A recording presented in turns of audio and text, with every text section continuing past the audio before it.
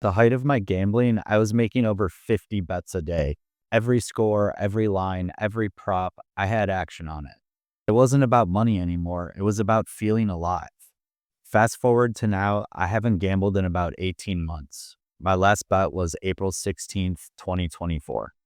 I quit. I didn't have a plan, just panic. And I wish I'd known these 5 things right away, because quitting gambling isn't just about willpower. It's about building structure when your entire life's been chaos. These are the 5 things I should have done when I quit gambling, the habits that make long-term recovery possible. Number 1, structure every hour. The first few weeks after you quit are brutal. Your brain is begging for stimulation. It's used to constant action. Odds, lines, refreshing scores, chasing dopamine 50 times a day. When that stops, the silence feels unbearable. And if you don't plan your days, gambling thoughts will fill the gaps. It's not just theory, that's real. Because I did most of my gambling at work, between meetings, on lunch breaks, during downtime, I'd be pretending to work while really sweating a game or chasing a loss. That's why it's not just about structuring your free time. You have to structure your workday too. Set clear start and stop times. Schedule breaks, not to scroll, but to reset. Keep your phone out of reach or use blocking apps during work hours. When I quit, I realized I didn't actually hate my job.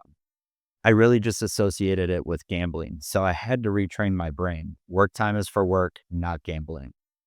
Every hour you plan is one less hour your addiction can sneak back in. Structure doesn't make life boring, it makes recovery possible. Number 2, make your bed. When I was gambling, I didn't realize how much chaos I lived in, not just financially, but mentally. Every morning started with stress, checking my bank account, checking scores, chasing losses before I even had coffee. There was no structure, no order, just this endless cycle of trying to clean up yesterday's damage while setting up tomorrow's disaster. And I came across a commencement speech by Admiral McRaven, a Navy SEAL. He said, if you want to change the world, start by making your bed. At first, I thought it was just one of those cheesy motivational quotes. But when you're in recovery, it hits different. Because what he's really saying is start small. Start with something you can control. Start with one act that proves to yourself that order is possible again. And I watched the full speech and it landed hard. And then I read his book, Make Your Bed. Little things that can change your life and maybe change the world. It's short but powerful, and it breaks down how the smallest acts of discipline ripple into everything else. Making your bed isn't about a blanket or a pillow, it's about momentum. When you make your bed, you've already accomplished something, even on days when everything else feels impossible. Gambling addiction destroys structure, but when you make your bed, you're proving to yourself, I control this moment, I start clean, I don't live in yesterday anymore. McRaven said that if you have a bad day, at least you'll come home to a bed that's made. One small success waiting for you. And that stuck with me because recovery is built on exactly that, small, consistent wins stacked over time. So if you're early in recovery, watch McRaven's speech on YouTube. It's like 20 minutes long, and then grab the book. It'll help you realize that recovery isn't about motivation, it's also about discipline. Make your bed, because it's not just about the sheets. It's about taking back control of your life one habit at a time. Number 3, move your body. Exercise was the last thing on my mind when I quit. I used to go to the gym and just gamble. I felt drained, anxious, and honestly embarrassed. But here's the truth. Physical movement is the fastest way to reset your dopamine naturally. When you gamble, your brain gets used to constant spikes, that instant high when you win or when you're this close. When you stop, your dopamine levels crash. That's why you feel flat, restless, or irritable for no reason.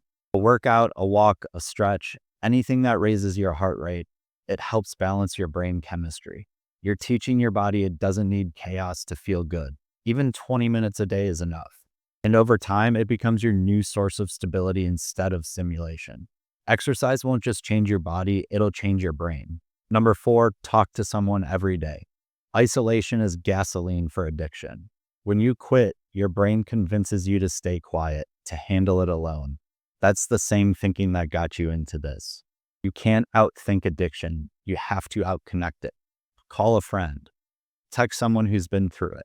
Find a support group, a counselor, or even just an online community that gets it. Because when you're alone, your mind becomes an echo chamber for relapse. You start bargaining with yourself, and that's when the door cracks open. And look, a lot of times gambling doesn't exist by itself. It's tied to depression, anxiety, trauma, ADHD, or substance use. That's why seeing a professional can change everything for you. They'll help treat the root, not just the symptom. Because if you only quit gambling without healing what drove it, it'll just come back in another form. And number 5, write down why you quit. You're going to have good days where you feel strong and bad days where your brain lies to you and tells you maybe it wasn't all that bad. And it's on days like those that you'll need proof. So write it down, your reasons, your pain, the moment you knew you had to stop. Write who you hurt, how it felt, what it cost you, and what you want your life to look like moving forward. Put it somewhere you'll see it, the mirror, the fridge, phone background, wherever. Because when the cravings hit, your emotions will forget.